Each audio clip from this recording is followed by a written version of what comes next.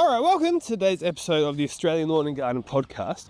I recently went to Adelaide to do our live podcast there, tour of Adelaide Oval, lots of other cool stuff that's coming out very soon. But I also had the awesome opportunity to sit down with Clint Adams. He's one of the best entrepreneurs in this industry.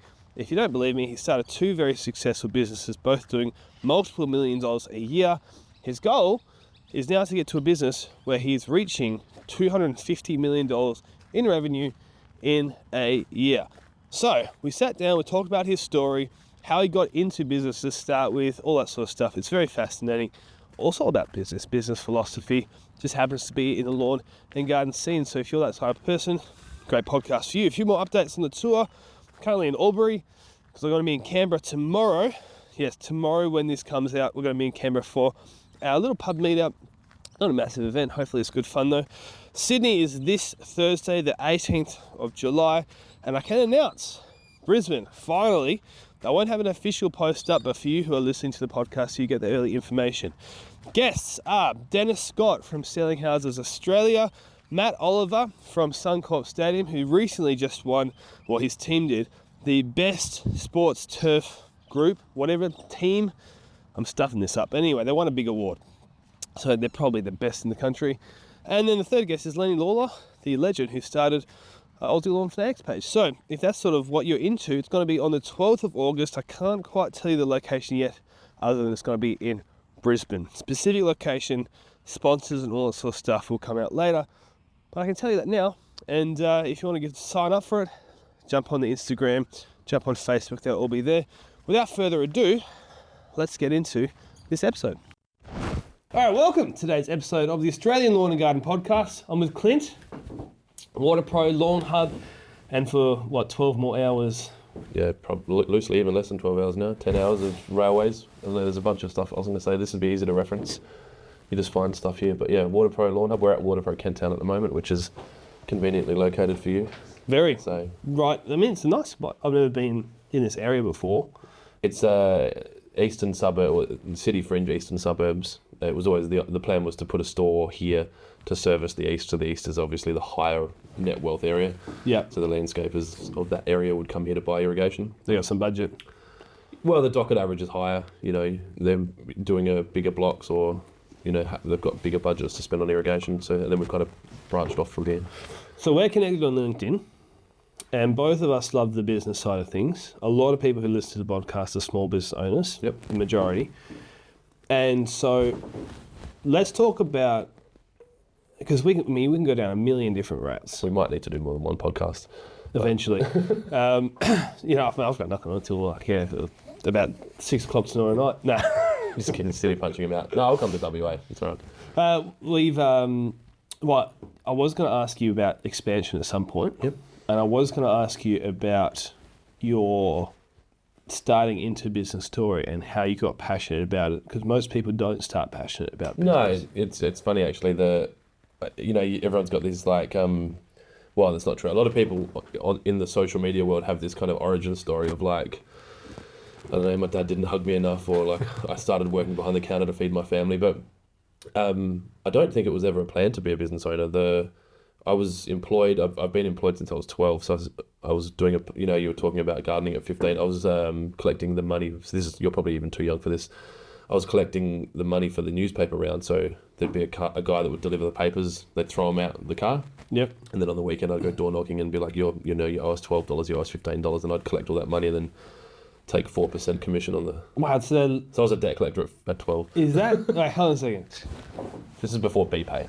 Yeah, I know, but how much money goes missing from less than a little bit, honest 12-year-olds? Yeah. So there would be guys that would be known that had done, I guess, fake robberies, and they'd keep the cash and say that they got rolled, and so I wasn't like that. Mine was like well, of course you can't say it now. No, well, I think the statute of limitations is probably clear. I'd probably be pretty clear, but my mum would help. So they'd have a thing where if you collected every dollar, you'd get a $10 bonus, and if you collected everything except one, you get a $5 bonus. So I'd go out Monday night after school with her in the car and try and collect those last 5 or 6. And I don't think that people realised how, like you talked before about $15 an hour, I'd do the whole weekend for 4% of around $1,000. So I'd be making $40 or $38 or $36 on my bike, riding around with $200 or $300 at a time, because I'd go drop the money back home. And Crazy. so yeah, did that, went and worked, and then did the Woolworths fruit and veg, all that kind of thing. Then I was managing a Domino's pizza franchise for a little while. So I'd moved to Japan when I was in year 11 and did year 11 in Japan, and then came back to Australia and had to do year 11 again. And so I was kind of a year behind all my mates, and they were in year 12 and I was in year 11, and then they went to uni and I stopped caring about school, and then Domino's happened, and then I was delivering pizzas, got promoted to manager, did that for a little while, and then a mate of mine rang me and said, do you want to come and work where he was working at a sand and metal yard? They had an irrigation shop there. I don't know, what is that? And I didn't know. But all I knew was that it was no weekends. I think it was an extra $6,000 or $7,000 a year, and I was the bottom of the ladder. So I was no longer the manager. I was the. So you had somewhere to go. Yeah, well, and I didn't. All I had to do was rock up. Oh, right. So you didn't want the responsibility. Well, I did not want the responsibility, but it wasn't that I was thinking about climbing the ladder. It was like, how easy is this? I mean, I was 21 or 22. I see. Yeah. You know, like I had all these kids that were 15, 16 calling in, you know, for whatever stupid reasons. Yeah. Parents calling in. I learned a lot about business through working at Domino's because of that, like dealing with. There was this theory that if the parents rang up, the kid wasn't sick. If the kid rang up, the kid was sick. That kind of thing. So handling money, customer service. You know, Domino's is an elite example of if you wanted your kids to go work somewhere and learn, I guess, policies. And I'm sure Macca's is. I just don't have any context on that. Yeah. And then it's a big business that's ticking all the boxes, and you learn through. And the staff turnover is relatively high, so you have to have nice, clean procedures. Otherwise, you can't keep building a business. I mean, that's the challenge we're going through now. Is my biggest issue for growth will be education, not money. Like I need to have staff come in and get to that level quickly. So, well, I've actually found, like, this, saying that for a second, one of my biggest weaknesses in business is that I started working for myself at 19. Yeah, so you don't really know. I think about that a lot. Like, I come up with these theories, and I'm like, I wonder if this is taught at uni, right? My theory. And I'm like, well, if you do this, this, and this, you'll get this. And then I'm just waiting for someone to go, oh yeah, that's the like this person's name back theory in 1842. This is actually taught in unis. So, but yeah, so was at Newton's, who are now a competitor, I guess. And I met my business partner. So I had, at Domino's, I had a guy, it's really funny actually, he taught me to deliver pizzas, this guy. And then we kind of worked together. I became the manager. He was a shift runner, so it was like an assistant manager, but like the level below that, he'd look after the store if there was no managers there. And then I went to Newton's. 6 months later, they were looking for someone in purchasing or sales, and then I brought him over. And so we worked together there for 5 years, and then he was like, I'm getting out of here, I don't want to do this anymore. I'm going to start my own business. So I hadn't really ever thought about starting a business. It was very much, I was happy, you know. I wasn't earning as much money as I thought I was worth, and I was doing a good job. I was running his irrigation shop for him. Yeah. And then Michael said, oh, I'm leaving, you should leave too. And I was like, what are we going to do? And we used to go walking at night, just for me. I guess health's always been this kind of side issue that I've tried to make sure that I'm taken care of. So, you know, we'd go walking to stay fit. And he's like, we should quit and start doing water features. Water features had kind of popped off here. This is like 2007, 8? Yeah, 2008. I was like, yeah, we're going to build water features. So we started a company called Fluid Designs, which was to do water features. Yeah. Never finished a water feature. It's just, it was the stupid idea. The one water feature we... So wait, you left your job for a business that you never even finished? Had no idea about. Yeah. So the business did all right. It just didn't do what it was meant to do. So it pivoted. Yeah, it was going to be Fluid Designs was going to be a water feature business. There's Fluid Designs logos around still. And I'd won a job before I'd left Newton's to go do a water feature for this guy who'd been coming into the shop, and I was working behind the counter. I was like, oh, we're actually going to start. We can build it for you. And we won that. And then you just, I guess the challenges of not earning money and going, okay, so how do we manage this? And so we started doing irrigation installations because I knew that because I'd worked in irrigation. I'd never installed irrigation, but I understood the theory. And I think once you kind of get your head around that, it's fine. It's not like surgery, right? You know, just go have a crack at it. Like you can't really, if you've got a good enough understanding of the theory of irrigation, I'm pretty confident you can go do it.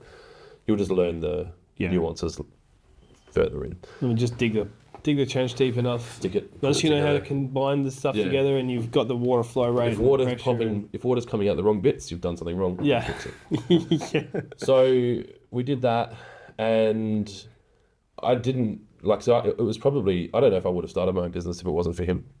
He kind of like pushed me out and was very confident about it. Was like, nah, we'll be fine. We'll do this. And then we started installing irrigation. So he would do the quoting and the estimating and visits, and I'd do the install, manage the staff, and that was the kind of theory. Like, you take care of the people and the installs, I'll take care of the customers, the debt and the quotes. Cool, great partnership. And so we did that for 2 years, and we did underground rainwater tanks. Like, I think the biggest one we installed was a 120,000 litre underground rainwater tank with like a 22-ton excavator digging the hole, which is stuff I never thought I would ever be doing, and I guess shouldn't have been doing. Like, from a legal standpoint, we probably weren't. We got shut down by Safe Work SA for having sites that weren't safe, and like, it was a bit of a cowboy period. So it wasn't because you were a cowboy, or was it because you were just gone in? Just didn't know. Yeah, you just started saying we yes were trying to jobs. be. Like, I've never tried to do the wrong thing. You know, you look at the 12 immutable laws, which are they're written somewhere, but the 12 rules of business for me and the Hectagon Group, it's all about doing the right thing. It's not about trying to sneak through. I do think that sometimes I'll see a rule that I disagree with because I think it's stupid, and I'll just do it anyway. So that's not. I don't think I'm doing the wrong thing though, and that's easy for someone to say when they're like, "Let's just round these people up and we'll treat them differently because it's the right thing to do." But what I'm like, I don't know. I think there's 80 km/h zones that should be 110. Yeah, it's a principle, not the. Yeah, so I try to do the right thing. So on the inverse of that, if it looks unsafe, I'll do 80 and 110 zone. Right, I make my judgment call. Yeah, acknowledging that those rules are in place to protect the rest of the world from stupid people. But I feel like, I mean, let's go down that path, because with business, there are people, and I was thinking about this. I think people like you, because you put outright on your LinkedIn, this is my goal. Yeah, 100%, and it's got to change soon as well. So you want to? It's 100 million. It's got to go up. 101. No, 250 is the goal at the moment. So you want to get a $250 million business in annual turnover. Is that right? Yep. We're currently at 20. Here's the thing that people, they look at that. Australians don't like that. No, but they go, that must be arrogance. Yeah, maybe. I think it's confidence, and I've got to. What I look at is that you go, why is that arrogance? And somebody goes, I want to run an ultra marathon. Yeah, true. Or I'm going to lose this much weight, or I'm going to win a bodybuilding competition, or I'm going to jump highest at the Olympics. I feel like it can be, and everybody with that goal could be motivated by an arrogant or an obnoxious thought to promote themselves. Look at me, I'm a such and such. Yeah. But some people just love a good challenge. The answer to the question is money. A lot of people don't have a good relationship with money, and they're taught that money is evil. And you think about all the sayings that you get told growing up, that money doesn't grow on trees, and there's like all these evil connotations. You've got like Scrooge McDuck and like these characters in cartoons that were evil because they were wealthy, and it's just, I don't know if how deep you want to go down that kind of rabbit warren, but yeah, there's a verse in the Bible that's misquoted because it says money is the root of all evil. Yeah. But the verse is actually the love of money is the root of all evil. And that's completely different, because if somebody was like, I want to create a $250 million business because the product or service we provide benefits people's lives, and we believe the market is big enough for that. And so, a great example would be like, let's say Uber, right? Everybody loves Uber over taxis, right? Is it arrogant for Uber to go, we want to expand and help people in very small ways, but you're not doing brain surgery, but across millions of people, has had a better positive effect on the world. But it's also people that drive Uber to supplement their income and I guess climb their way out of what would be close to poverty, or just have a little bit more. Yeah. So that maybe that if you look at it from that perspective, people, if they just go narrowly focus on the money number. But what I'm getting at, the bigger picture, is people will look at your profile and go, this guy's money hungry. Yeah, it's. I actually had someone challenge me on it at a golf event 5 or 6 years ago. They called me greedy, and they were very drunk, and I was just drunk, and I was like, let's go. Like, I was happy to have a debate, and then one of the course superintendents from one of the courses here, who was on the committee, and he just looked at me and he went, don't, because he knew I was about to win a debate, and he's like, just leave it. With somebody who probably was really drunk, who obviously in my mind probably was a little bit resentful of the fact that I'm doing what he probably wanted to do. If I've got a good context on the guy's life, maybe he went and did something like stay in a job that he probably didn't like, or didn't take a chance to do what he truly loved, so he was resentful of me. The $100 million goal kind of came about because it was actually a protection mechanism for myself. So when I first left my last job, so to finish that chapter, so we left there, bought my business partner out because our values weren't in line. He wanted different things to what I wanted. We both would have made WaterPro a better business separately. I just wanted to keep doing it and he wanted to go chase other dreams. About 2012 or 13, we'd kind of turned over $3.3 million, which was equal to the turnover that I left, or close to equal to the turnover that I left from my last job. So I'd grown. So how many years did it take you to get? I think 08, 09 was under so it might have been 08, 09 was under a mil. 09, 10 might have been 1.1, 1.2. Then we kind of went 1.8, 2.9, 2.9, because we did 2 years back to back identical. And I think that was possibly the years we were here. They built a building on that corner and they closed this street at the end here. And it just kind of slapped us around a bit. So it's maybe 4 or 5 years we were at 3.3. And I went out and celebrated and kind of came back a year later and just took my eye off the prize and was like, I have made it. I'm making as much money as I was there. I retired, like I was 34, I think, and like was playing golf with 70-year-old dudes and just like, it was like, this is it, like I'm done. And it didn't fulfill me at all. And to the point where I warned a lot of retirement age people about retirement, even to like, we had a guy retire here recently who was 72 or 73. And I was like, don't do it, Johnny. Like you're fit, like he could outrun me, like intelligent, active, you know, well, his wife's 10 years younger than him. I'm like, don't retire, you're crazy. Like you're just going to have, and I don't know, he was meant to come back and work Saturdays and I haven't seen him, but I just worry about that. You see people fall off, especially if they're a business owner and they retire. It just stops. Like, so. And there's a difference between like retiring and sitting around. Like if you've got something to do next, go do it. Exactly. But not to retire to go to the doctor one day, go shopping the next day. Like that's my mum's theory. Oh, mate. Her way of managing retirement is just don't do more than one thing a day, and you can pad it out. I'm like, okay, if that's what you want to do. Well, my grandparents, and my wife's grandparents, the polar opposites. I actually had my granddad on the podcast because he was an accountant. He helped me in business. So he was my 99th episode. And we talked about how my grandma, who turns 80 next year, still does ballroom dancing. Yeah. And she's actually good. And she'll live to 100 plus because she's got a reason to get up each day. Right. And my granddad, we did the gardening for him for 3 months to test out some packages we were doing. And then we were like, oh, we can do it for you.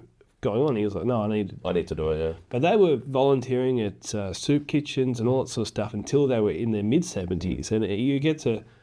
Anyway, so I look at them, they're almost exactly the same as some of my wife's grandparents, but the age in how you see them and how their they physical act age and their whatever age you want to call it, their numerical age. It's very different. Yep. So I worry about that. I think about that. So you're saying the 100 million is a sort of like it's a protection mechanism. So I needed a goal so big that it was unlikely I was going to get it. Well, here you are now doubling in half. And I'll explain that in a sec. So that I wouldn't go off the rails. So I wouldn't go, yep, we've done it. Yeah. Because there's a thing, you talk to any sales trainers and they'll be like, it's important to complete a goal, evaluate it, whatever process you go through, and then reset goals. So there needed to be, we've got a company called Hectagon Proprietary Limited, which is the parent company of all the businesses. Yeah.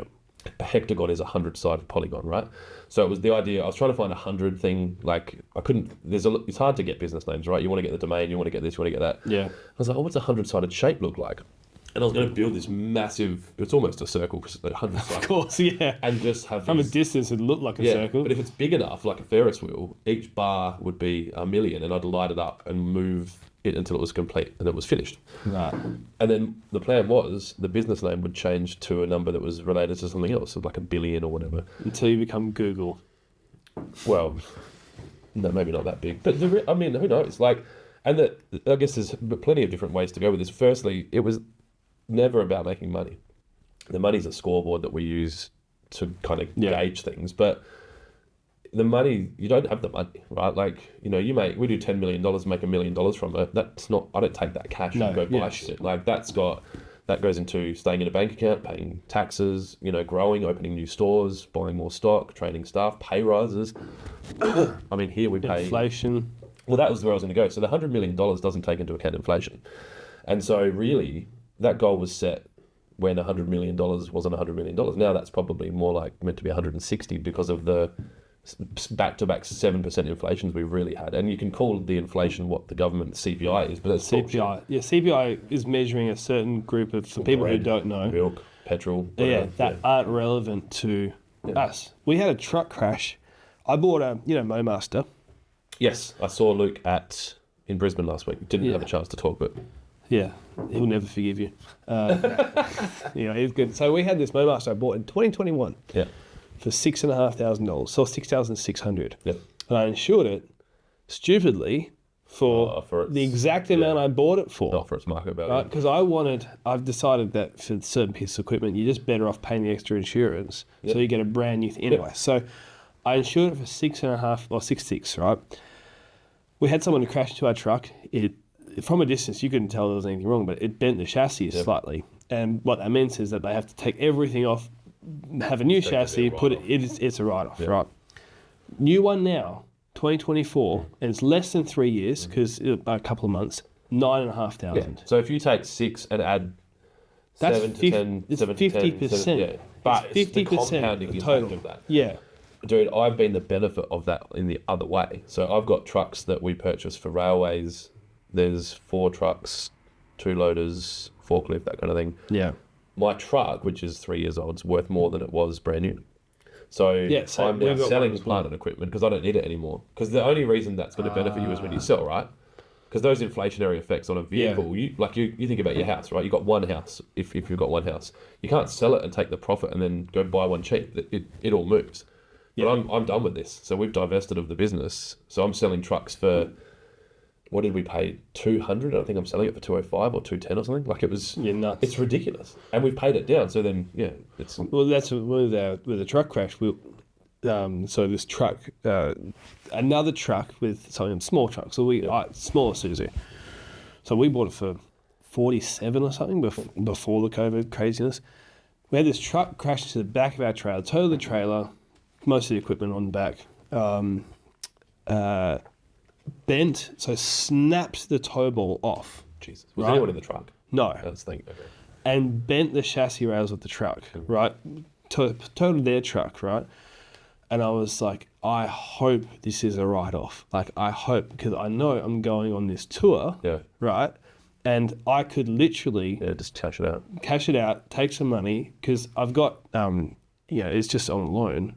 You just get pay off the loan, get tens of thousands of dollars extra. And to deal with it later, you might not need another truck. Yeah, exactly. Because it's some things have changed. We're like, do we want the truck? Do we not want the truck? Yeah. And then they came back and it's like, it's not total. I was like, damn. Oh, really? Yeah. So you get a bent chassis, and that's not a write-off. The chassis was bent to the rear axle. Okay. So But if it was bent beyond the rear axle, but it's been 3 months for this cash, we still don't have the truck back. Anyways, but all that sort of stuff. I guess for people that business owners that are listening, any vehicle that's relevant to the ongoing operation of our business, we pay extra and have insurance to cover a replacement vehicle during the process. So I think my car's got one. So if I have a crash, I get another car, like a loan car. But also of interest, one of my staff the other day, probably a year ago now, had a car crash, and the other insurance provider had full comprehensive. So he hired a car with a thing that's called Right to Drive, and they rent you a car, and then they send the bill to the other people's insurance company and go, your client affected this person's ability to drive. And it's like a loophole, and this is definitely not insurance or financial advice, so do your own research. But that you could go, well, I might not have been insured for another car, but he hit me. He was in the wrong, so I'm going to go after his insurance company for a loan car. So, Well, we had that option, but we actually...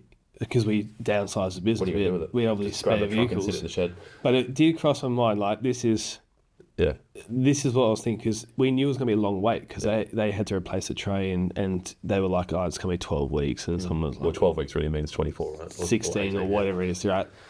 And I was like, look, whatever, I don't need the truck. I'm not going to... It's just a pain in the butt. Yeah, and you could be like, so what's my compensation for being a reasonable human being? And they're like, nothing. Exactly. Yeah. So we went down that path and was like, hey, how about, we need the truck. Just give us some money, though. You know, But they don't want to do that. But I was like, do you know what I should have done? If I knew that I could get around my whole tour and the truck's not back by September, could have been like, well, I don't... what I want is like a sedan. you know, and then do the whole trip. And I was You could never have done going to that and risk it. said, we're happy to take a lower cost vehicle because we don't need the actual truck. We just need something to get the person to jobs. So we'll take a dual cab ute. But then it's like, because it's not... Why are you in New South Wales today? Like, we're a national company. Yes, no, we're scouting new areas, something like that. You know, but I was thinking about doing that, then I was like, that's too risky because it's supposed to be back in like 3 weeks. It's supposed to be back in the middle of And then you've the got to tour. go drive it back. Yeah. Well, you've got to then put the hire car on a float and send it back. Or I got to pay the whatever money it is a day or whatever to keep it. But I was like, that would have been sick because all the insurance costs or the wear and tear and it's all covered. And I was like, man. So, anyways, complete divergence. But you're talking about back to your 100 million goal is a yardstick. It's not an actual. No, it's really a. There's a thing called a BHAG, which I hate, but it's the big, hairy, audacious goal. I don't know where it comes from, but if you go on YouTube and look up goal setting and go through that, and like come up with a big goal and then chunk it down and then what can you act on today, all that shit. And so I just went, I need a big goal, and it was really inspired by Gary Vee, who seems to be popping around here. I love Gary Vee. Yeah, but his goal to buy the New York Jets is the same kind of goal. I think his goal, because it's not monetary, there's less resentment from the general public around the arrogance of it. But the US population's vastly different to that. Like, my mate lived in America recently. He just sold his company and went over there and did a like an internship, but he was based at VaynerMedia, and he just was there, just being around and listening.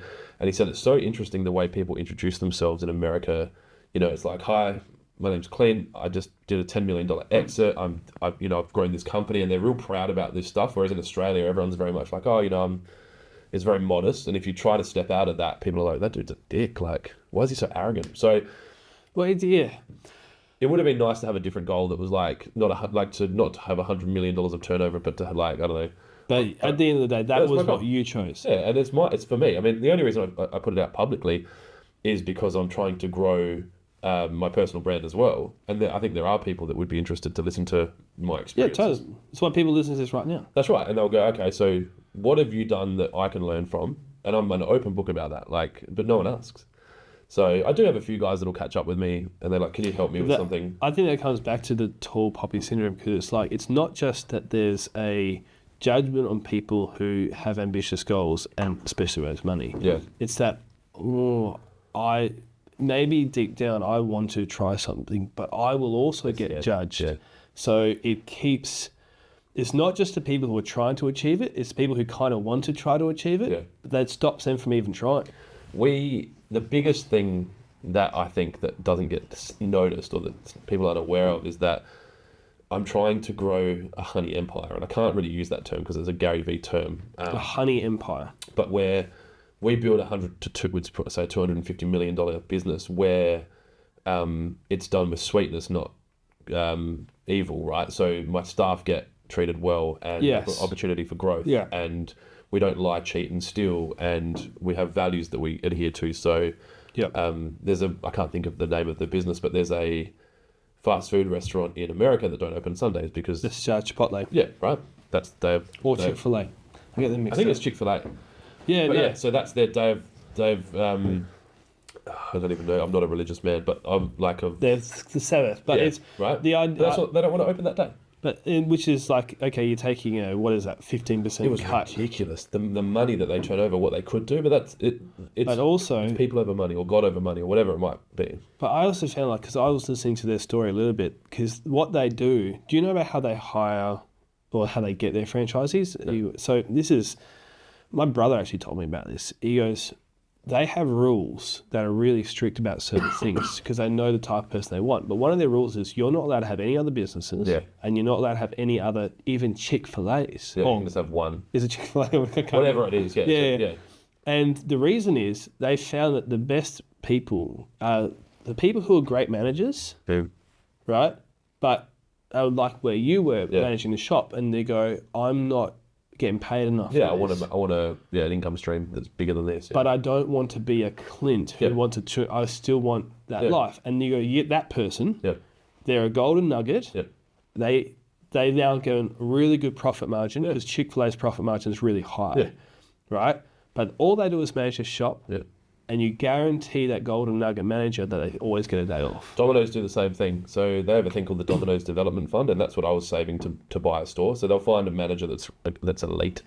They'll help them by garnishing their wage and saving. I think we had to get to $50,000, and then they'd go guarantor on the remaining loan with Westpac. It was only $250 to set up the franchise.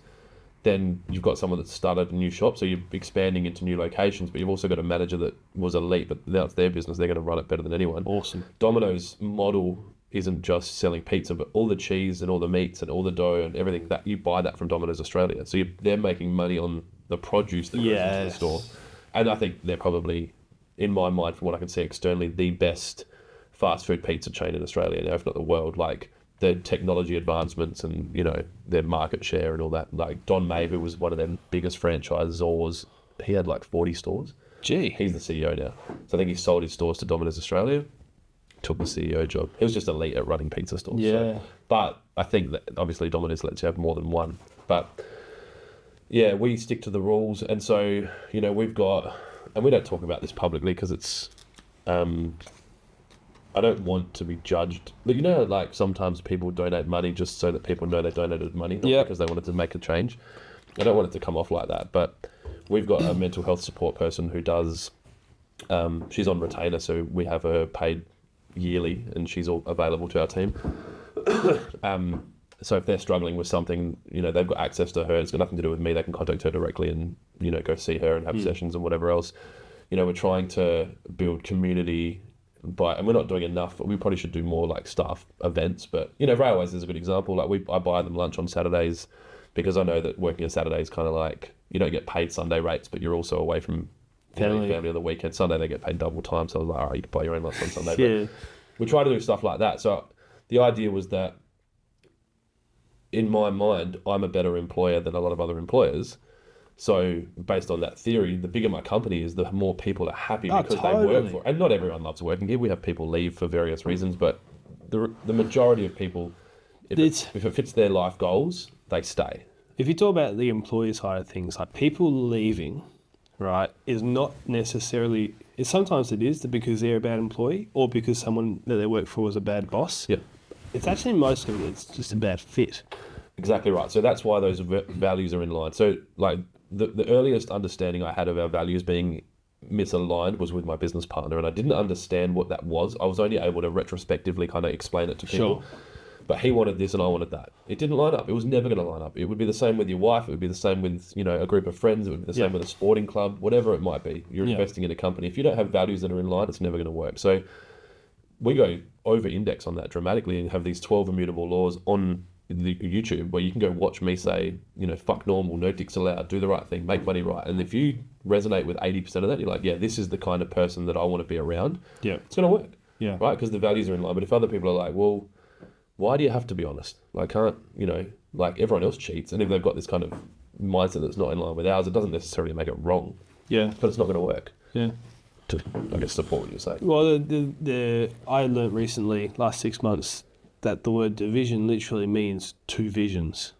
And I'm like, oh yeah, that makes sense. It's like bivision more than division. Yeah, it's like you're literally going, you want to go this way, you want to go that way. You're better off just go. Well, we've had it with employees where you talk about pizza being high turnover. The gardening market is high turnover too. We're deeply connected to the landscape and gardening market through here, and more landscaping than garden maintenance. But yeah, it's especially through COVID. You know, everyone gets an extra $1 and they're gone. And well, there's 3 or 4 reasons. One is the low pay.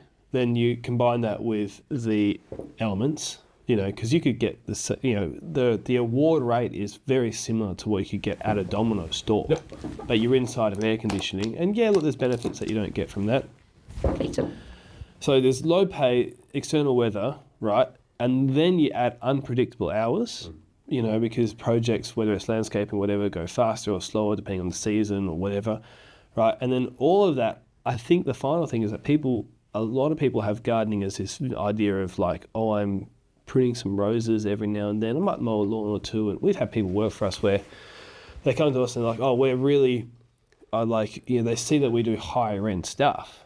And so they're like, sweet, cool, no worries. But it's like, the higher end stuff is difficult too. It's just, it's all physical. It's all hard work. So you get those 4 things together, and people leave, and they go. You can go. I remember actually we put us on. There's a Facebook group called Lawn Mowing Contractors Australia. I think it gets referred to on AusLF a fair bit when people go in there to ask about how much should I charge for this. And Yeah, so I told you off air that we had a time where we had this guy who was injured, and so we were trying to find these casual replacements, and we lowered our standards because we were like, this is a temporary, short-term, casual thing. We just need somebody in the door. And we tried over an 11-month period of time, I think it was 16 people. Yeah, what's the cost on the business of that? Like, Enormous. not just the financial cost, the brand and reputational cost, but then your time cost. Like, it's ridiculous. Just because you lowered your standard. But most of them, because what we would do is we would do a trial day. So you go through the whole process and be like, "Oh, come work for us today." Yep. And I would say a third of them to half, it was like the trial day was it. Yeah. Then you never saw them again. Yeah, it was, and it wasn't that it was bitter or resentful, or it was literally like, we don't fit this. Yeah. And you went through an entire interview process with all these candidates, and this was the best one and everything, and you get to it and they go, "Oh, this is what I thought it was." Well, you can't be any more clear, because it's just people have this idea. And then you just get the people who are functioning addicts who cover it up well for 3 days, and after a while you're like, "No, you're out of here." Yeah. You go to the toilet a lot. Yeah, it's like, how come you weren't here the day after payday, and you keep asking everybody else to buy you lunch, like... I think it's interesting, when you were saying about changing, I was expecting it was because people were leaving to go to another job for more money. So you're talking about people that actually potentially get out of the industry because it's... no, yeah. Whereas landscaping, I see more movement. It's not actually, I don't want to do landscaping. It's like, I'm going to go work here for an extra $2 an hour. That's it. Maintenance, a casual maintenance job, right? You're either in university, wanting something, or if you're not in university, you're doing it because you don't have options, right? Or you enjoy it. Some people, but... You're finding it's not a lot of people. No, I would say, I'd honestly say out of all the applicants, probably 1 out of 70 or 80 would actually They want to be in garden maintenance. Yeah, and they want a casual role. Sorry, I was expecting like full-time, because I'm thinking about like... No. Full-time's different, but casual role, it's people who they need work. Yep. And that various reasons. We had this guy who was on sort of this, we don't really know when he's going to come back, so we can't hire somebody permanent, part-time. It was like, this is a genuine casual, we don't know how long it's going to be for. That's how you lower your standards. It wasn't necessarily through being like, "Oh, we're going to take on..." Yeah, although we did, it was just like by offering casual, the quality drops. Yeah, I can't think of... Well, we've got casual drivers, but some of them choose to be casual. I've offered them full-time jobs multiple times. But then I'm probably guessing that your hourly rate is enough that people are at a point where they're able to. Yeah. Well, obviously the casual rate has a 25% kicker on it. Yeah. Obviously there's negatives to that, but that we still have to pay them super. I mean, casual is not a bad option if, like, the government have made the support of casual workers more by they can have super and long service leave, and you still have to pay them 25% more than the standard rate for a full-time employee. They don't get sick leave and annual leave, but they get everything else. So but when I bought Railways, the previous owners were talking about how it's hard to find good drivers, and drivers are hard, and I'm like, why don't you just pay them more money? And they're like, you can't pay them more money. I'm like, why not? Like, you just told me they're hard to find. That's another way of saying it's valuable. Demand. It's exactly the same thing. Yeah. And so for the guys there that were great, like elite, they get paid more. Yeah. And of the full timers that came when we bought that business 4.75 years ago.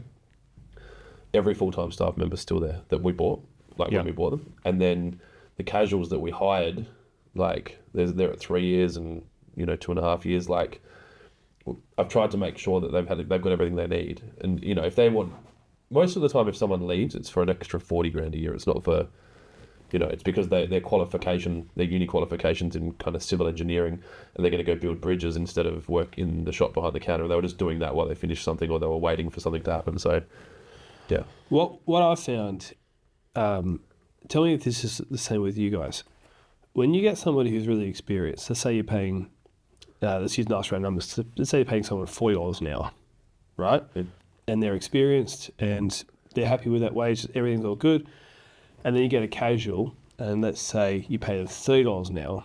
So you're paying from the 30 to 40 is 33% more, a third more, you know. People will go, oh, that's a big jump, you know, from 30 to 40. And they keep looking around the $30. Let's say they think they can afford $30 now. They keep looking around 30. What I have found is if you were to just look at, say, like an individual job, they probably would do the jobs around the same, you know, speed-wise. But over a week, over a fortnight, over a month, you're getting 50%, I'm making this number up, more from the experienced, better paid person, especially when you start talking about sick days and things like that. Well, just everything. Mental stability, reliability. Yeah, arguments. I'd take a $60 an hour over 230s. Right. Right? And that's... So that's a 100% increase. I mean, my best people are getting paid probably double than the rest. Right. But their output is so much... Well, you know, in your world, you could measure the output on time, job finished or whatever. But, you know, in the sales world, you think about, like, what the value is of a salesperson that can go out and bring in $100,000 jobs. Yeah. Right? Can you do that? No. Well, then the problem is the award rate, the government says you have to pay them this much. Right? And that means they can breathe and walk and they're alive. There's not necessarily always more. Right? They just have to be a human citizen of Australia. Yeah. What I'm finding is if you're going to spend 30, exactly what you're saying, you're better off spending 40 because you have to spend 30 anyway for standard. So you might as well upgrade and get double standard for an extra 33 or 25% or whatever. So the sad thing is that's inflation. The prices have gone through the roof. Everyone wants more money. We just had another CPI pay, goes through tomorrow. So there's a CPI pay rise that goes through tomorrow. Most of my staff are above award anyway, so we don't have to give them a pay rise, but we'll continue to pass that on because if they're not getting paid at their market value or more, not a lot of them are looking to leave, but I look at their wages probably once every 6 months, maybe every 3 months. I get a whole list together and I go through and I can show you the spreadsheet. It's like red, green, yellow. Like, is that a fair market wage? Like, if they left now, would I be fine with it? Because I'm like, that's enough money that I could replace that skill set. So, so let's say you're paying someone $100,000 a year, that's a number. If they left, you could replace them with $100,000. Yeah. Or I wouldn't feel that I did the wrong thing. Yeah. I wouldn't be like, fuck, we could have paid them $5,000 should have paid them a bit more, and we could have kept them. And I don't like them coming to me, so I try to get to them. Totally, first. yeah. So, it's awkward. It's to the point where I've probably only had, 3 or 4 conversations ever of I need more money, and usually you'll get mercenary sales reps that do that, and they'll be like, I've been offered this job, and they're like, and you're just getting you're in a game of they're probably going to use you as a negotiating tool to actually get you the job anyway. Mercenaries are going to be mercenaries, and that's it. But the true, I guess, soldiers, for lack of a better term, if we're using mercenary and soldiers, like the ones that fight for the country, the ones that believe in Hectagon or WaterPro, you'll find that, I believe, over the long term, if they've got the right leader, they'll do better. Yeah. The problem is they don't always have the right leader. And so there's in some cases a leader that's sitting there going, when you get to here, I'll give you this. When you get to here, I'll give you this. But they never get to there. So I like to think that I'm giving my staff stuff before they have to ask for it in a surprising manner where they're like, holy shit, like, I had a pay rise in May. Like, well, you're getting another one. Like, you're bringing enough value to the company, bringing more value to the company. I'll promote guys that have started in the last 3 months over the top of 10-year employees if they're the, better for the company. Yeah. And sometimes the 10-year employee will be like, what the fuck? Like, that was my job. We're like, just watch this person for a month. You tell me if you still think it's your job after a month. And then usually they'll come back and go, okay, yeah, I get it. Like, they're operating at a different level. And I'm like, watch them. You'll come to that level. Like, use it as a positive, not a negative. Like, we're gonna, if we get to $100 million a year or 250, there'll be 400 or 500 jobs. There's going to be plenty of good jobs for you. I think one of the weaknesses that a lot of small businesses have is firing people. I hate it. I don't. Everybody hates it. I don't do it. I get other people to do it. I'm a pussy. I'm not firing. I'm so bad at it. It's my biggest weakness as a leader, I think. It's the people. They make the. I know. Like, let's talk about me. Yeah. Right? I have had people who I know didn't fit quite. Yep. They were nice people. Yep. So I held them on, and We have that now. yeah, It exists in the business right calm now. down. Yeah. No, well, They- they're also not the kind of person that would watch a podcast. No, but we're not going to name it anyway. But I've had people who.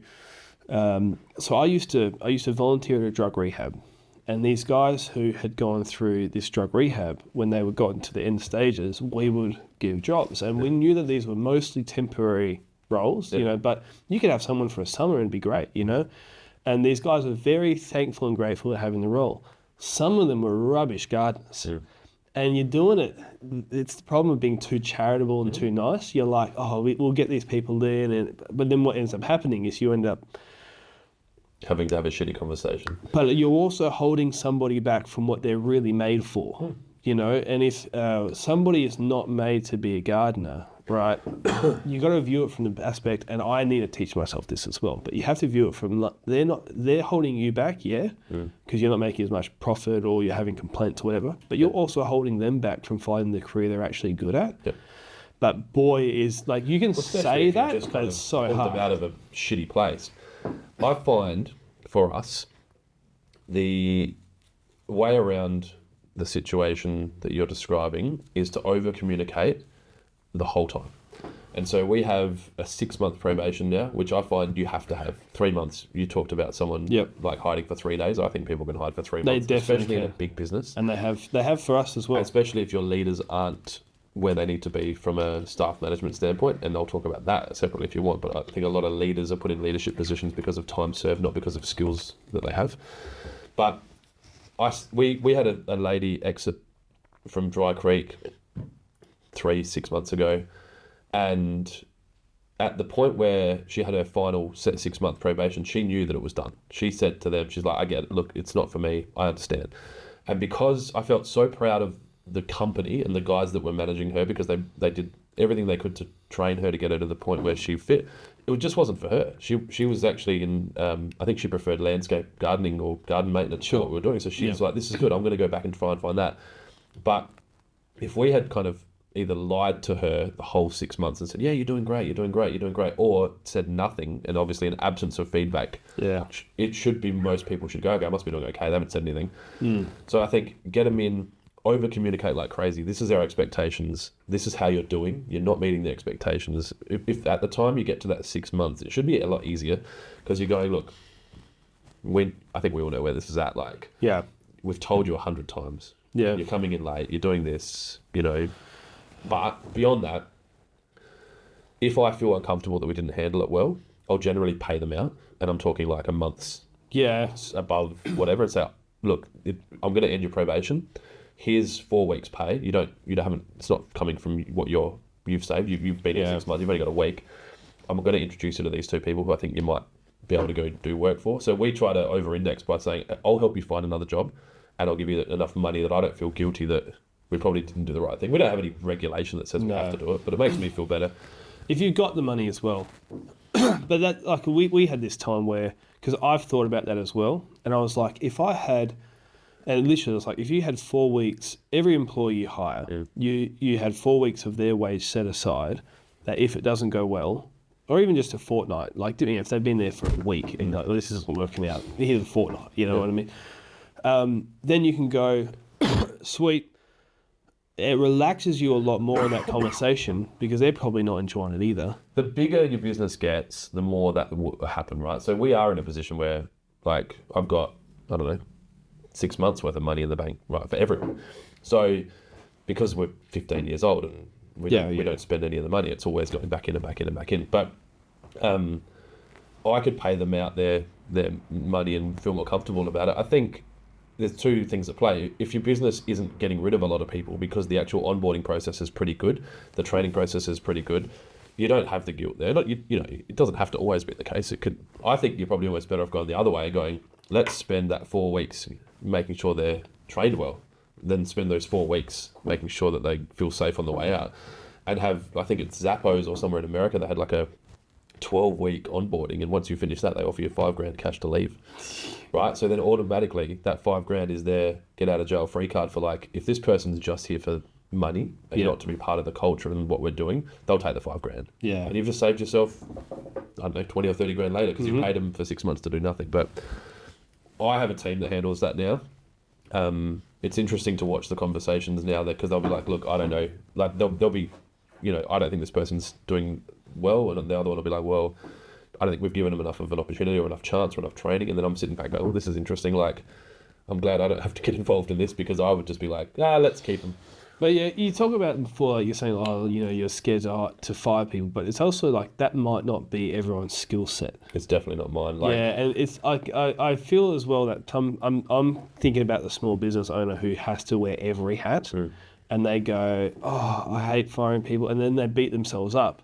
Like, yeah, but if you were good at everything, you'd be a unicorn. I think it comes from a nice guy thing, right? So a lot of people that run businesses who have built rapport well and are charismatic and can sign deals and can, you know, recruit staff and bring people together, they don't have that innate skill, right? I'm definitely not a detail person. And like I've just said, I think if you actually take care of all the steps along the way, you don't have to have, because that's all, it's in your head, right? Like it's kind of framed already that it's going to be a tough conversation, but it doesn't have to be. And a lot of times you'll go talk to that person and they'll be like, I'm glad, thank you for being honest with me. I appreciate it. I had a feeling it wasn't going well. Like the conversation is never as bad. And I've talked about this. I think I did a talk about this ages ago about having critical conversations and like, or the conversation that you're avoiding is the one you have to have. Yeah. And so by doing it, both parties are like, oh yeah, no, that's fair. Thanks for being honest with me. Whereas I was avoiding it for ages and I'd just stop talking to staff. Yeah. And hope they'd quit. Gee. And it's how I used to manage relationships with women when I was younger. Yeah. Like if it wasn't working, I'd just disengage. Yeah. You can't do that, right? It's not healthy. Yeah. And then you get people like I'm more on the side of like, I don't mind conflicts, but then it's like what I would do is I'd be like, no, I'm too grumpy. I'm too grumpy. I need to hold back. Don't say anything because I'm going to be too grumpy. Yeah. And I'm not going to deliver it in the right way. And then one day something happens and then you're just like, you know, and I'm never like verbally abusive or anything, but when you're the boss, an off tone is a lot more scary than an off tone with a peer. Well, you think it was interesting when you said, I don't mind conflict, like outside of staff, I'm all up for it. Like if it's against a competitor or we've got a supplier dispute or a legal dispute, like I'm as competitive as it gets. It brings conflict. I think my concern is that as a leader, and it was challenging when I was younger because for a long time I was a younger leader than my staff, and now I'm an older leader than my staff, so it feels a bit different. But there's a responsibility to protect these guys. Like we've got 17-year-olds working here. Yeah. You know, and I was reminding my adult staff the other day, I'm like, you got to remember that like a 17-year-old staff member doesn't have the same life experience as you guys, and you can't, and that's why the government don't require us to pay them the same wage. Yeah. Because they're still learning to be part of society. So it's our job to protect them so that they become good adults. Because you think about 17, you're kind of well established, but well, you hope you would be, but not all are. But if you should be well established enough that a bad boss shouldn't be able to fuck you up. Whereas a 4-year-old and a 6-year-old, bad parenting can really fuck them up. Yeah. So, but once you get into that 17 age, I think it's our responsibility to take him from 17 to 21 or 25, depending on your beliefs on the male brain. But if we do a bad job of that, we could ruin a human, right? Like he could be like, fuck working for people. These like bosses are assholes and whatever. So I try to make sure that we handle those conversations well. Like you said, like I think it's not just the tone, but it's also that there's 20 years difference. Like I'm the age of these kids' dads now. Yeah. And so they're going, well, this is a father figure, or I have to respect this person because they're an adult. But do you? Like, not if they're a dick. But they don't know that. Yeah. I mean, like it's, you don't want to disrespect somebody, but you also, like, people use the word respect to mean, like, I'm not going to behave in a way that I would like to, in an appropriate way I would like to, because it's disrespectful. But like, no, like telling someone the truth isn't always disrespectful. No, I think it just, if you can do it well, and like I said, stick to that, like, there's been communication the whole way. This is not a surprise. That I think you handled it well, and, hopefully, they find alternative employment that's, like you said, kind of more in line with their skill set. I mean, I offer my staff all the time. I do videos, like YouTube videos, and send them to the staff. And I'm like, if you don't want to work here, you tell me and I'll help you find another job. And I'll give you as much runway as you want. Because then I'll hire your replacement before you leave, and then we don't have a gap. Yeah. And, you know, Max, who was working for Lawn Hub, he decided he wanted to go back to greenkeeping. I think he had 4 months notice or something. I don't fire him. Yeah. But no directors do that. People were like, what the fuck? Because, you know, you talked before about money. That costs money. But what's the cost of them just walking out and giving you no notice or 2 weeks notice? It's, you know. Yeah, but also, like, if they're going to greenkeeping from a product company, it's not really. It's what he wants to do. Yeah, it's not like I can imagine if somebody was going from a gardening business to another gardening business. No one's leaving. Very, very awkward. No one's leaving here supported to go work for a competitor, right? Yeah, exactly. It's not that. It's they're leaving here supported to go try something different, or to travel, or to have kids, or to follow a dream. You know, I'm a contemporary dance routine choreographer. Yeah. Is that what you did? So I'm leaving this right now. It's the last podcast. I've started. I hate it. Oh god! The live tour is cancelled. I'm going to see you in the Botanic Gardens just watching the movement of the trees, because you're like, we can use this. There was a guy this morning with a sword doing like sword fighting movements very slowly. That's Adelaide. Like cutting around, and I was like, this is strange. He was the least threatening figure, because even if that was a real sword, the police would have a bit to say about that. But look, it was shiny. Yeah, I was keeping my distance. Yeah, no, it was like a double hilted English style. Jesus. And he was like, and his who I assume was his wife, was there doing the weird movements too. And I was like, oh, this is. Well, you just said you've worked in, I guess, drug rehab. Like, you never know. In the Adelaide CBD, mate. I mean, there's some crazy things happening out there, but. So yeah, that's, I guess, I think I probably aren't. I feel like I've answered 90% of every question, but no, and it's good. I want to slightly change it to something, right? Which one of my biggest pet peeves is how are you going for time? That's right. One of my biggest pet peeves is when we go up. When we used to quote, we don't quote large commercial stuff anymore. Our niche is higher end, small residential jobs, tightly packaged together. When we were doing this, I remember we were quoting on this job, which was about 110, 120 grand a year. And we were at the time charging $88 an hour, right? And at the time, our average wage was somewhere around that 30. Plus costs. Yeah. So when you look at that, you would know that that's not a massive profit margin from that kind of work. Not when you start dividing out the total number of chargeable hours worked per day versus the total number of hours you have to pay your staff. Petrol and super and payroll tax now, thanks to the state government. But. Yeah.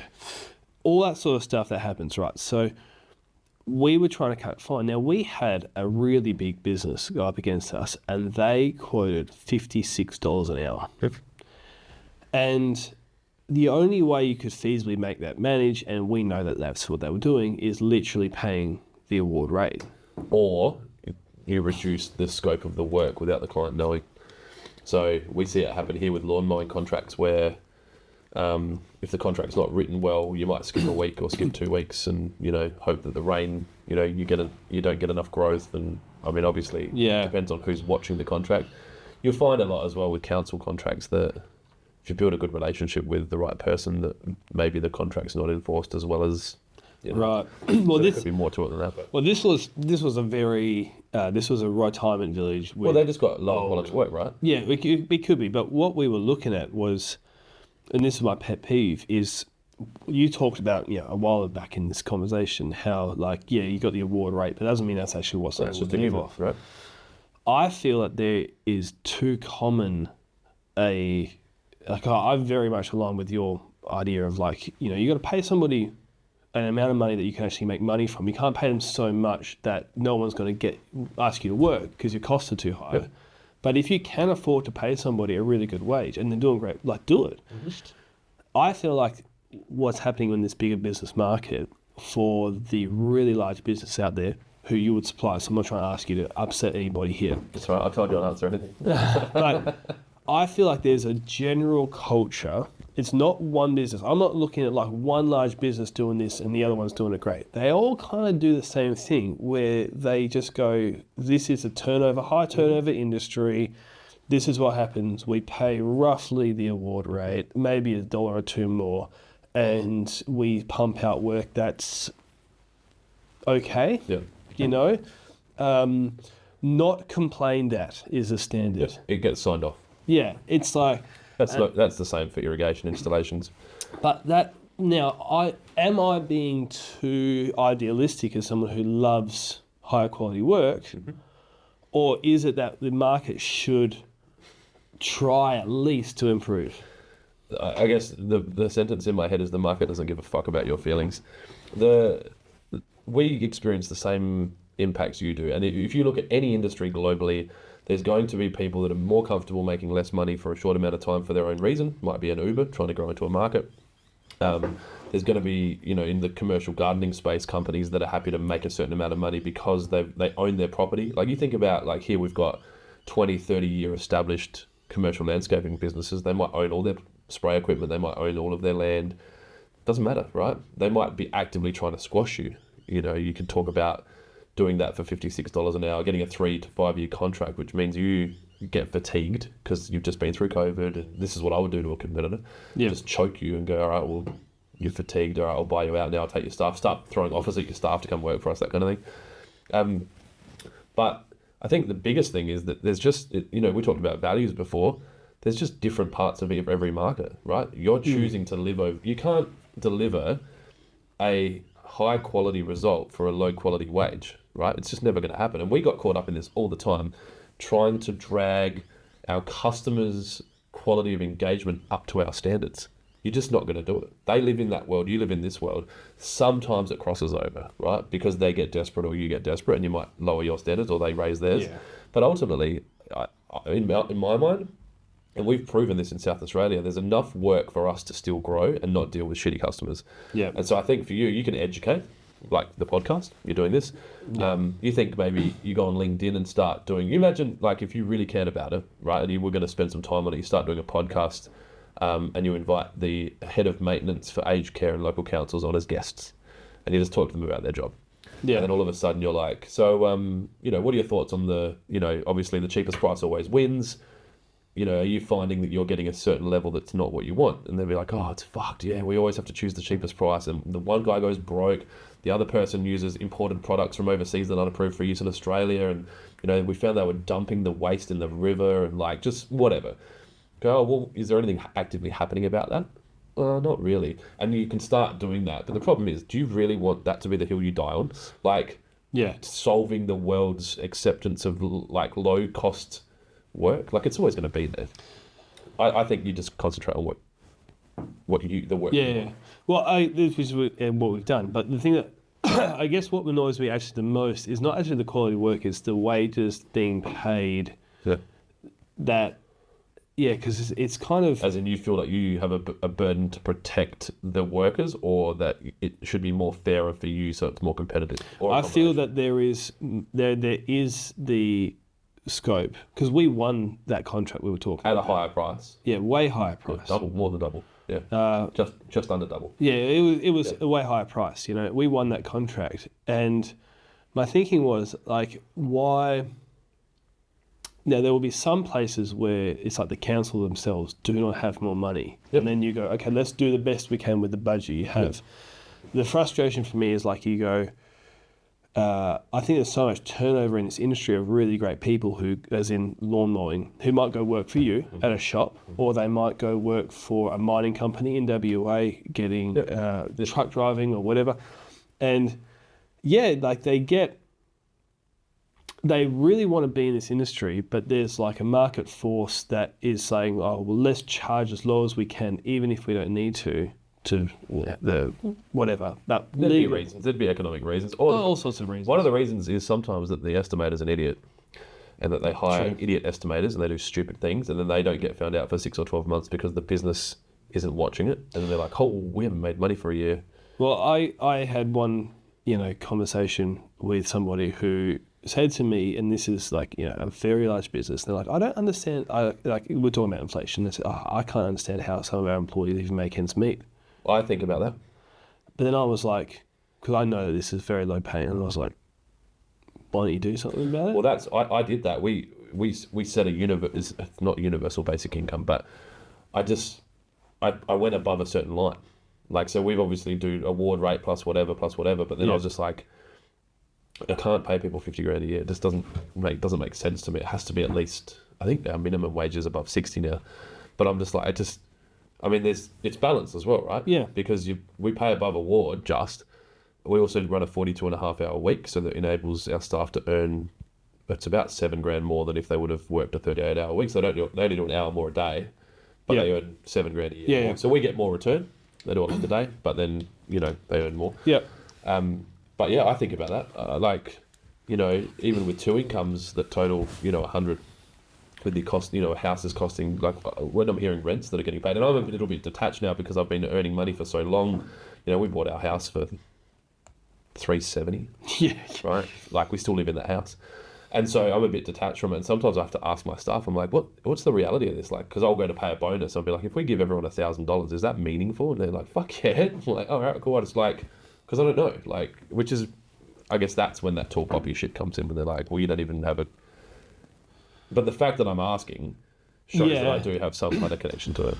Well, I think this is one of the things I wanted to get at, like, where it's like, if you just read the headline or you look at it, and I think another thing that's, goes against you from a compassionate standpoint is the joking, light-hearted aspect. Because people would go, oh, this is a guy who's talking about... So people who don't know, Lawn Hub, who's listening, you've got... I'm just going to message my wife while we're talking. That's right. You've got the sort of sexualized but joking... Well, maybe in your mind, I don't consider it at all sexualized. I think that's just how you interpret it. Maybe that just says more about happens you to than be... me. Yes, of course. what is it? NSFW? You're not safe for weeds. Yeah, yeah. That never meant anything else ever. I think that in the internet, like if you go to Reddit, it's not safe for work. But, mate, in the world where you think about music, man, there's no more music. There's no more acronyms. We're just having to recycle them. Okay. But I think what happens is people will look at it and they go, this dude must be loose. Well, it's the type of guy he's what is the word I'm looking for that I can't find? But he's money hungry and he's using crude jokes. That old prude women would be very offended by. Exactly. And then you get the picture of it, and it's like, well, the reality is that there's probably businesses out there who are marketing themselves in a way that's, what would you call it, professional, corporate. Yeah, but they're not. But the hard attitude underneath it is like, oh, we'll just pay them whatever. Well, we don't really care about people. We don't really care about quality. What you see is what you get. And you've never met me before, and you probably have an opinion. You develop an opinion about someone before you meet them, and then you meet them, and you're like, oh, they're different to what I thought, or that's about what I thought. But one of our 12 immutable laws is get it done having fun.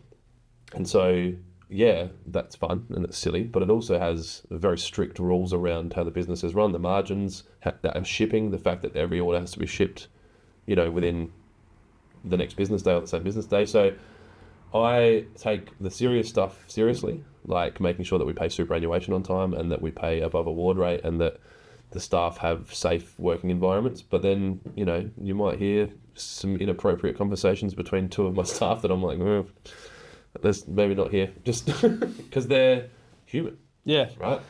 And as long as we stay on the right side of the line that I consider right and not what the government considers right, then that's probably the challenge. Because I think that a lot of those people you talk about that are like, tick the DEI box and fly the right flags on the right day, probably are also paying off sexual assault scandals that no one knows about, right? Yeah. We don't have that.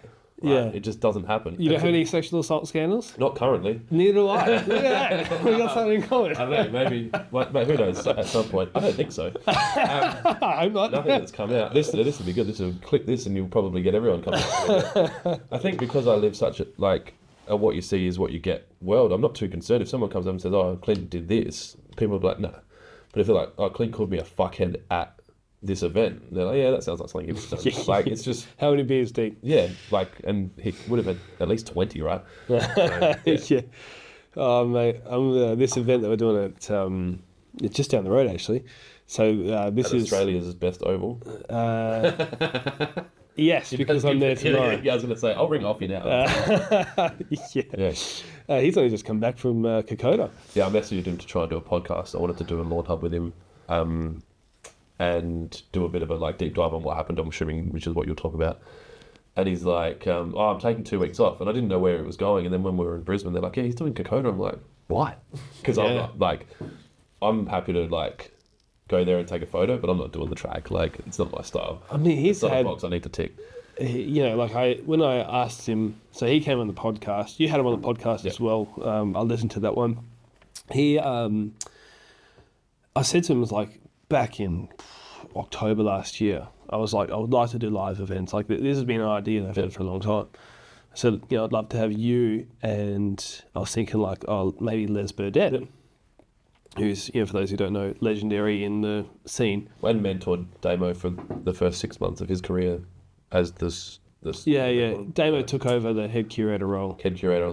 I had superintendent on my mind. Yeah, they're all. Yeah, turf specialist. The turf guy who runs it. But the, so we were talking about that, and then the thing about the tour though is that it's so there's no guarantees on this tour. Well, none of these guys are setting their schedule to match your circle of the earth, right? Like or Australia. No. Like so, you're kind of like, all right. So you know your Adelaide Oval's been insanely good to deal with. You've got them at a very good time. They're trying to launch. Well, they're not trying to launch. They've launched a service outside. So I think that any promotion they can get right now would be supported. Which is Adelaide Oval Turf Solutions. Insert website here. Yeah, exactly. But they but the people there have been great. Everything's been great. All that sort of stuff. And but the thing I'm interested by is I've heard a reputation of Les Burdett who's come in that he really likes a drink. Yep. And I think because of the way we've run the night, like we haven't done it like this before. The last event we had was at a council venue, and in WA, you can very easily supply alcohol. You don't have to, or BYO alcohol, not sell it.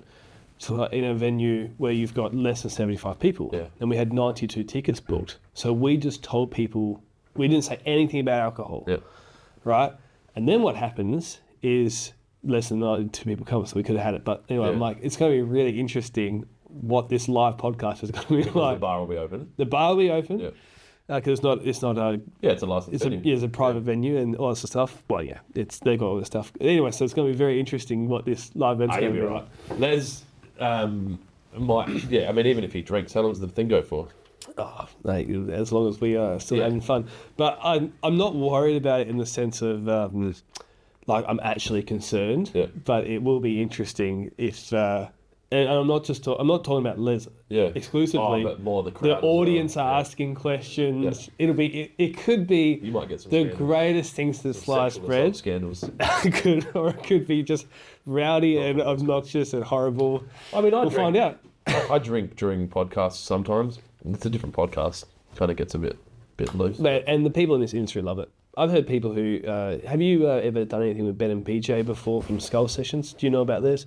They present themselves as the least professional lawn and garden podcast. No shit, I've never even heard of them. Mate, you'll love them. Yeah. They talk about all sorts of crazy, weird stories. No shit, where are they based? Queensland. Okay, wow. So Ben runs a company called Catch Pro, which does... I reckon I've seen it. They cut like catches and yeah, and a whole bunch of other things. And BJ is a contractor with a few staff, and he also is now doing events that are like expos. Yep. And so anyway, but they would have reached out. That's the lawn and what was it? Yeah, the expo. Yeah, they reached out to us at some point. But it was in Melbourne and Brisbane, and I was like, it's not for us yet. Like it was in SA for sure. But. Yeah. Well, you rejected us too, man. What's that? Well, you rejected us too. You know, I can't believe it. I think you'll find next year Lawn Hub will do a lot more. I mean, I'm more interested to talk to you about sponsoring the podcast more than anything, not necessarily events. $2 billion. So, yeah, we can do that. Yeah, sweet. Forward date a check for you, like 2050. Do you know what? I might take the risk. I'd back me. Do you have a sponsor on the podcast or not? Do you do that? We do, and we actually are just starting. I've held off on asking for much sponsorship because I don't like over-promising and under-delivering. But, yeah, with the new financial year... Just people know what they're getting into, right? Like...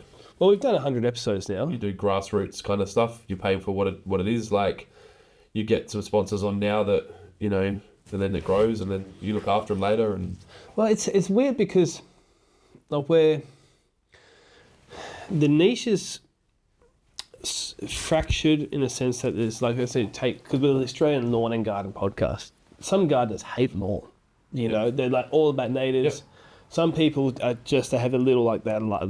I love my residential lawn mowing stuff. Some people are small business owners. So we try and have a lot of diversity there. you think about, you asked me before if I listened to Joe Rogan. The better answer would have been, I'll pick the guests I want to listen to. Yeah. You don't have to be any different. You'll interview me, and there'll be people that are like, fuck no, that dude's an idiot. I'm not listening to that. But then you'll do, you know, the guys like Hoffy, everyone loves him. Like, oh, I love turf. I'll listen to it, right? Yeah. I don't think it's two different podcasts. The beauty of podcasting. But I love it all. Yeah. I love natives. Well, you're also not going to have a guest on that you don't want to talk to, right?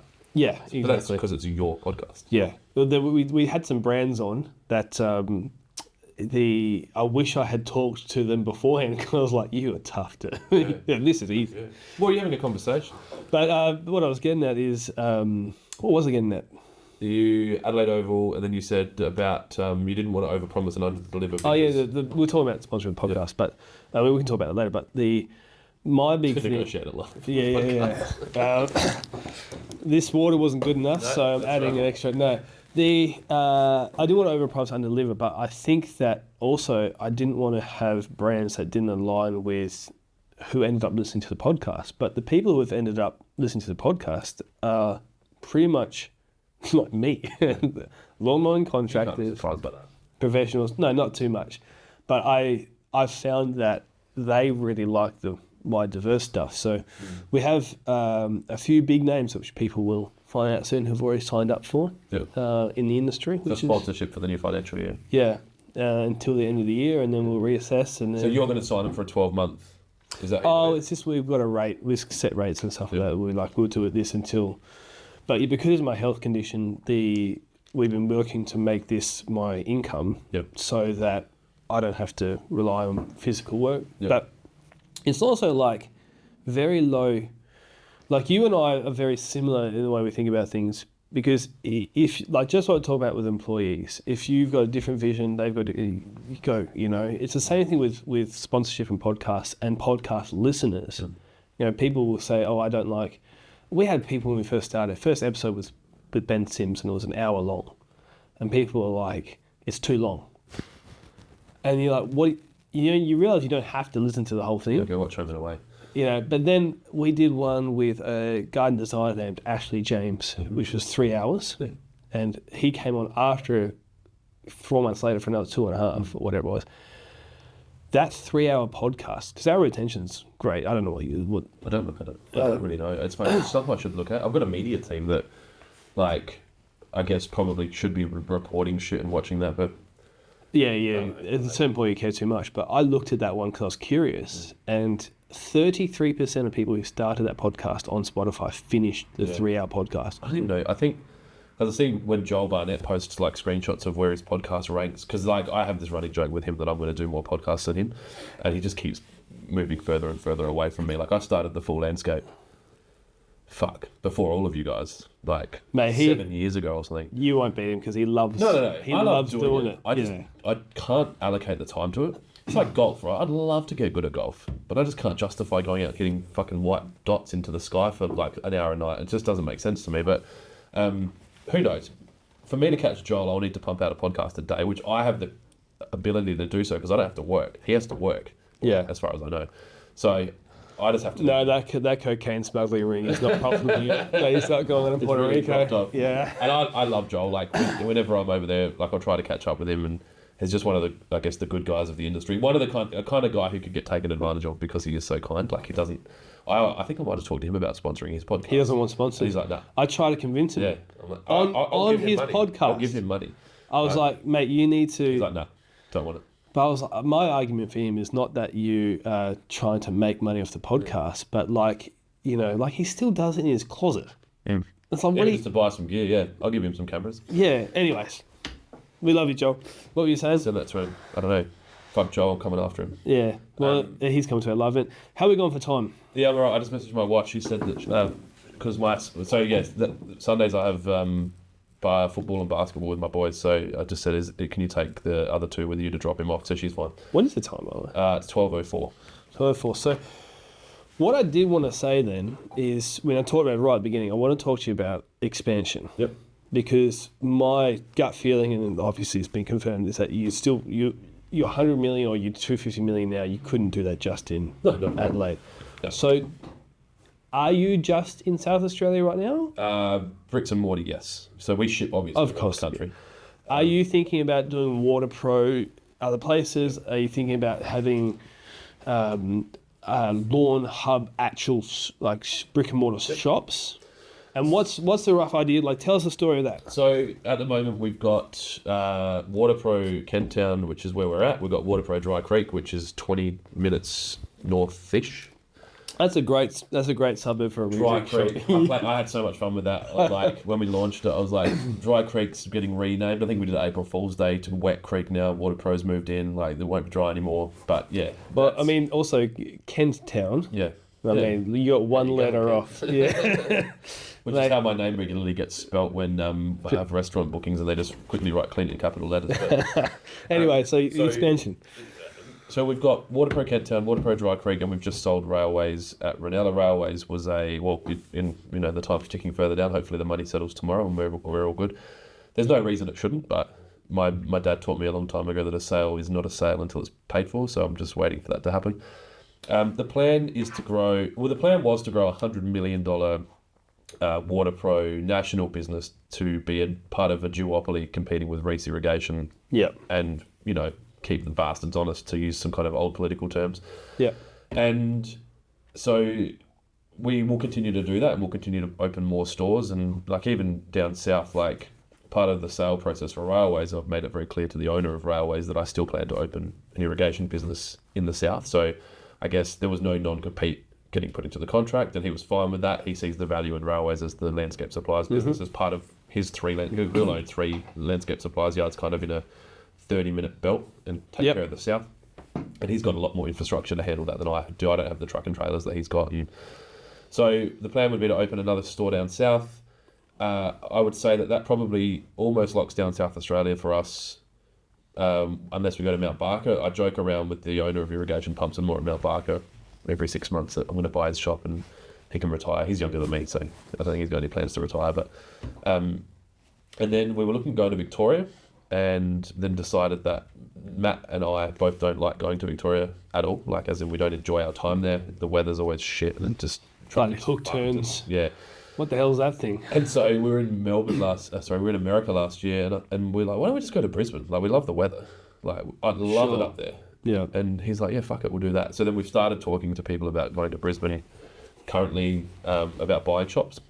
So I guess the plan is to have the whole country. WA will be last because of the flight time and the difference in the irrigation world. So WA is a very different market to the rest of the country. Yeah, I was actually going to, I would have thought I'll go a slightly different route. It's like, I would have actually guessed that WA would be one of the more attractive places. It's definitely attractive, but there's a lot of irrigation. Everybody has irrigation. Yeah. It's also got enough irrigation shops per capita. It's fucking ridiculous. There's like 40 irrigation shops just in like... I don't even know where you would put one. We'd buy one. We wouldn't put one. And that's the thing. So initially my plan was to set them up, build new stores, staff them, build new store staff. And what I've learned by the acquisition of Railways is if you can find a company that's turning over enough money and the staff that are there have similar values to the values that we were talking about before, then you can go buy the business. You basically buy 6 staff or 4 staff, depending on the size of the business. Then you kind of just run them through the WaterPro filter and, tweak a few things and say, this is how we do this now, this is how we do that. Some of it's better, some of it might be worse in their minds. They didn't have a coffee machine at Railways before I took over, and now they've got a full twin group head barista coffee machine. And that wasn't a financial accountant that made that. That was the coffee lover in you. That was me. That machine got installed before settlement. I put that in before the bank settled because I wanted it there on day one. I don't think the internet had been fixed, but we had the coffee machine. So we'd run it through that filter. So we'd probably look to buy now, and I'd probably look to buy businesses that are running, 2 million to 3 million turnover minimum. and with a management structure of some sort. So obviously the owner's likely to still be involved if there's like the people we're looking to go buy shops from are a husband-wife team in their 50s to 60s that don't have a succession plan to for their children to take over. And so they're just like, we're going to sell it, we're going to travel, give the money to the kids, whatever. Yeah. I've got a few models in my mind which I won't talk about because, no, it doesn't matter. I mean... No one watches the podcast anyway, right? I mean, enough. I say that in my podcast all the time. So we're looking at potentially buying the stores and then paying a retainer or some kind of equity to the owner. So they might retain shares in the whole business of right. WaterPro or similar. And it's not an original idea. It's something that we've seen working in America. But so that they would be an advocate, or they might have an earn-out that's tied to the success of the whole of WaterPro or something like that. I haven't fleshed it out because we're still not there yet. But will be a good... Because then most of those guys know someone. Like you think about if you own an irrigation shop now, 10 years from now, you know 6 other dudes that you've met over the years. And you're like, or dudettes, obviously. Dudettes can own irrigation shops. And you're like, hey, I just fucking sold to this guy. And this is the deal. And they're like, well, that's all right. And so then all of a sudden, you're an advocate for me. You know, my customer is telling the other customers. But also, you don't want to sell a shop to someone and then be like, legally, you're not allowed to talk bad about us. Yeah, that's true. But then they're like, oh, we never liked that guy and this and that, you know. I think if I can keep up with the demands of it, it'll be very successful. And when I say the demands, I need to be able to obviously finance it, which is not that hard now. People kind of offer them money all the time once you get to a certain level. Like they want to invest in your business because they get their 8% or 10% or whatever. It's really the staffing side of things that concerns me. So making sure that we can onboard new people and make sure that they get the training that works. And so we just model that through the whole country, and then 40 stores averaging $2.5 million a year is 100 and done. Right. Done. Yeah. Sounds easy. Yeah. There's no other steps. That's pretty much it. Like the reality is, we cookie cut stores now. We can open another store if we rent a building, we'd have to build our own building. I can have a store set up in 3 days, 4 days. Put the shelves up, put the boxes in. They will all mirror each other. We have the same counters. We have the same touchscreen computers. Our software guy can handle setting up a new warehouse. It's not hard. The humans is the hard bit. Yeah, 100%. And then that's one side of it, but launching Lawn Hub in the United States is the bit that changes the 100 to 250 and beyond. Yeah, okay. So that's just a completely different realm, and that's like... what'll probably happen is in the next 3 to 5 years, Lawn Hub will grow to $100+ million US business, maybe even more, in the US alone. It's currently doing 6 here. Right. I think it'll do 10 or 12 this financial year coming. So it could be a $20 million Australian business. Then you've got $100 million US. And then what my plan is to bring that sweet US dollar back to Australia, invest it, pay my taxes, and then invest that into buying the buildings for WaterPro. So then WaterPro will have a McDonald's model where you're making money off the building. All the stores are actually paying rent down on these things. And even though the stores, like a $2 million store should still make $200,000 or $300,000 profit a year for the owner, but it's also paying 60 to 100 grand, or it depends on 100 grand a year rent. So it's paying down, all those loans. And then you've got a property play. You've got an Australian bricks and mortar or bricks and clicks play, which is obviously the online part of the irrigation world is not quite as advanced as a lot of other parts like Lawn Hub. And then you've got an obviously export business so you've kind of got this kind of 3-tiered approach to, that's it. Make $250 million a year and write a book. Then sell the book for $20 at the local shop and 6 people buy it. That's right, give it away. I'll do signings. I do find that funny, like, it can be side note, but like people will be like, they wrote a book and it's like, you realise like these days you could write one right now. I've got a book in my head. As in, I've read it. Like, I could show you, it's so fleshed out. Like, it's basically my point of view on how to grow a business from $0 to $10 million. And so the steps that I would take and, the goal setting, the values, how to do a budget, then how to train staff to do certain tasks connected back to the budget, sales, marketing, there's not really anything like it, like a textbook on how I would, like, if you wanted to copy what I'd done, this is how I would do it. Yeah. If I was a competitor of mine, that's the book I would want. When's it coming out? I don't know. It's so funny. It's meant to be this year. So I had 3 or 4 goals this year that I wrote down. One was to sell railways. One was to launch the Lawn Hub in the US. One was to write the book. And one was to open WaterPro Brisbane. And so... It's a lot. It is for a normal person. But for me, I feel like I've got gaps in my time, and I'm like, I could probably, punch the book out. I think if I got locked down with someone who knew what they were doing, and they extracted the book from me, it could be done in a week. Yeah. Like I've got it all. I've got all these notes and audio files, and I've been recording in the car, and just like this is a chapter, this is a chapter, this is a chapter. Just a dog hanging out the front. Yeah, he's been there for a couple of minutes. So I think if a ghostwriter, it'll probably have to be written by a ghostwriter, and just have someone do it for me. Yeah.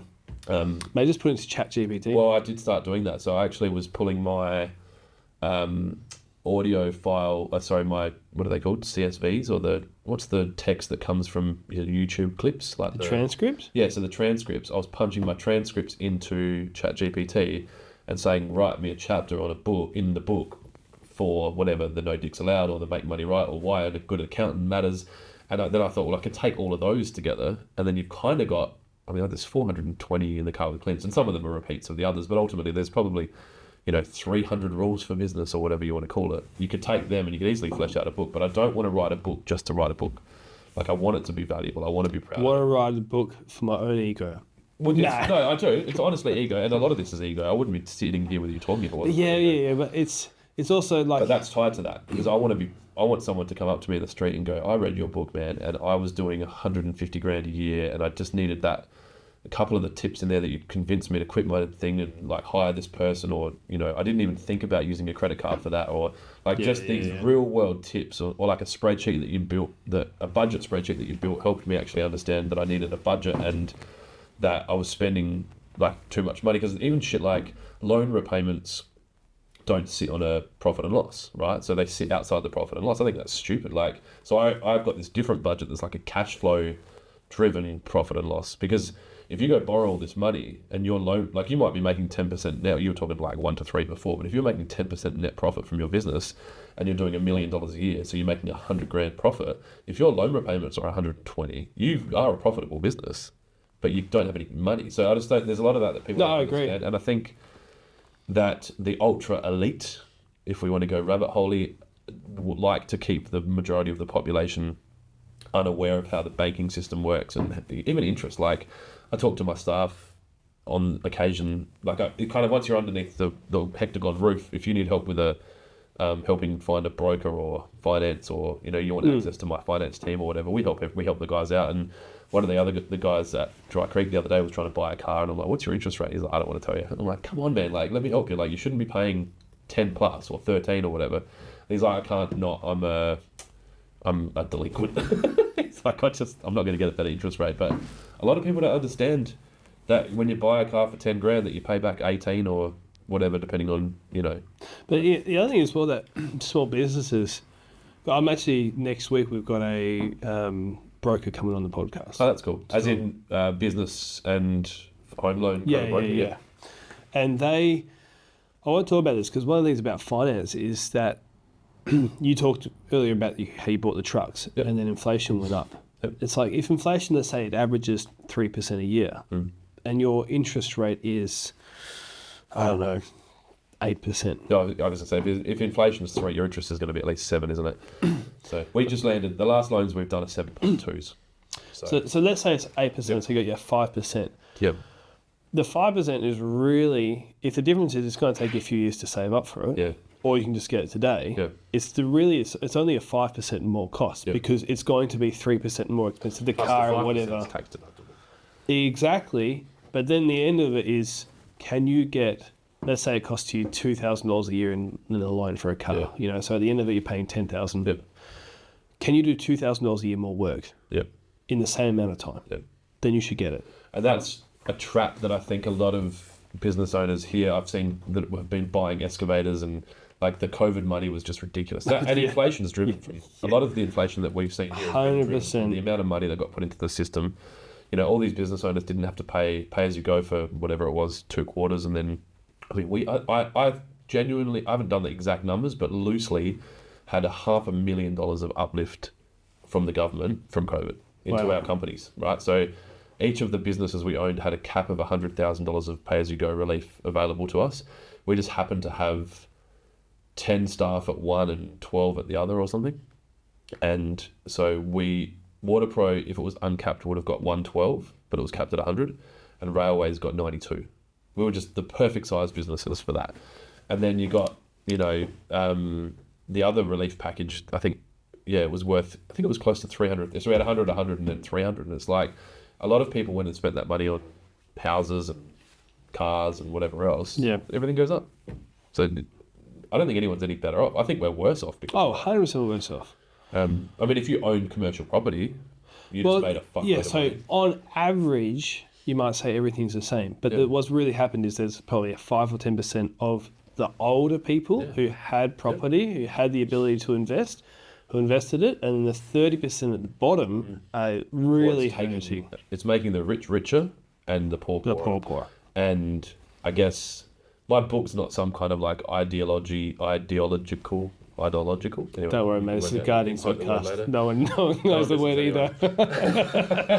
But it's not designed to try and like change the world and fucking fix the imbalances in society around the ultra wealthy and the ultra poor. It's more just a guide that I would be proud for my kids to read and understand and go, okay, that makes sense. You know, because there's even on finance, right? Like everyone needs money when they can't get it, and when they don't need it, everyone wants to give it to them. Like right now, I have no problem going and getting external finance because, you know, we're a profitable business, we have no tax debt, we're paid up with everything. Good looking. Right? There's that. I can walk in and just fucking spin them around. Yep. But when we needed money, no one wanted to give us any fucking money. Yeah. And, you know, I remember we bought a car with a credit card and balance transferred this is definitely not financial advice, and balance transferred the loan to credit cards until we paid the thing because we couldn't get enough money. We had our first shop was in Stepney. We borrowed $20,000 from the ANZ, but we had to put in cash into a term deposit or into like another account as security against the cash, which is just stupid because if we had the cash, we wouldn't need the cash. So we had a deposit from another job that we put into that account, got the loan, pulled it back out, and just like some of the stupid shit you have to do. Yeah. Now it's like, oh yeah, like I, would rather pay the bond than a bank guarantee because I don't want to tie up. I don't want to pay interest and bank fees and that kind of thing. So I think the businesses that are doing $0 to $1 million a year are kind of almost like the owners have bought themselves a job because they're still only making the kind of a high end of the salary that they would have made when they were working for someone. So the reality is if you want to make, I don't know, maybe in a trade field you might be able to make it from 1.5, you might be able to make 250 or 300, but the reality is unless you're actually working on the tools and you're a plumber and you've got, you know, it also depends because if you're selling product, that's different. If you're just doing labor, it's probably lower. But the guys I know that are doing like supply and install are making probably 20% net. I think we chase 10% net profit here. Lawn Hub's a vastly different business, and you know that can make 30 or 40% net depending on the marketing costs. That's probably the variable. So where a WaterPro business is very staff heavy, Lawn Hub's very marketing heavy. So well, I will just go one more question, which is we're talking to a lot of people who are small business owners. The only people left here listening to this right now are really interested. The ones that are still, that's true, especially this podcast. What would be from your book that's coming out, if you're talking to someone who's making between $100,000 and $200,000 a year on the tools, solo? That's their salary. Or they're actually a small business. That's a small business? Sole trader, yep. It's a turnover. That's all their fuel, all their costs are in that, so I don't know what they're taking home from that.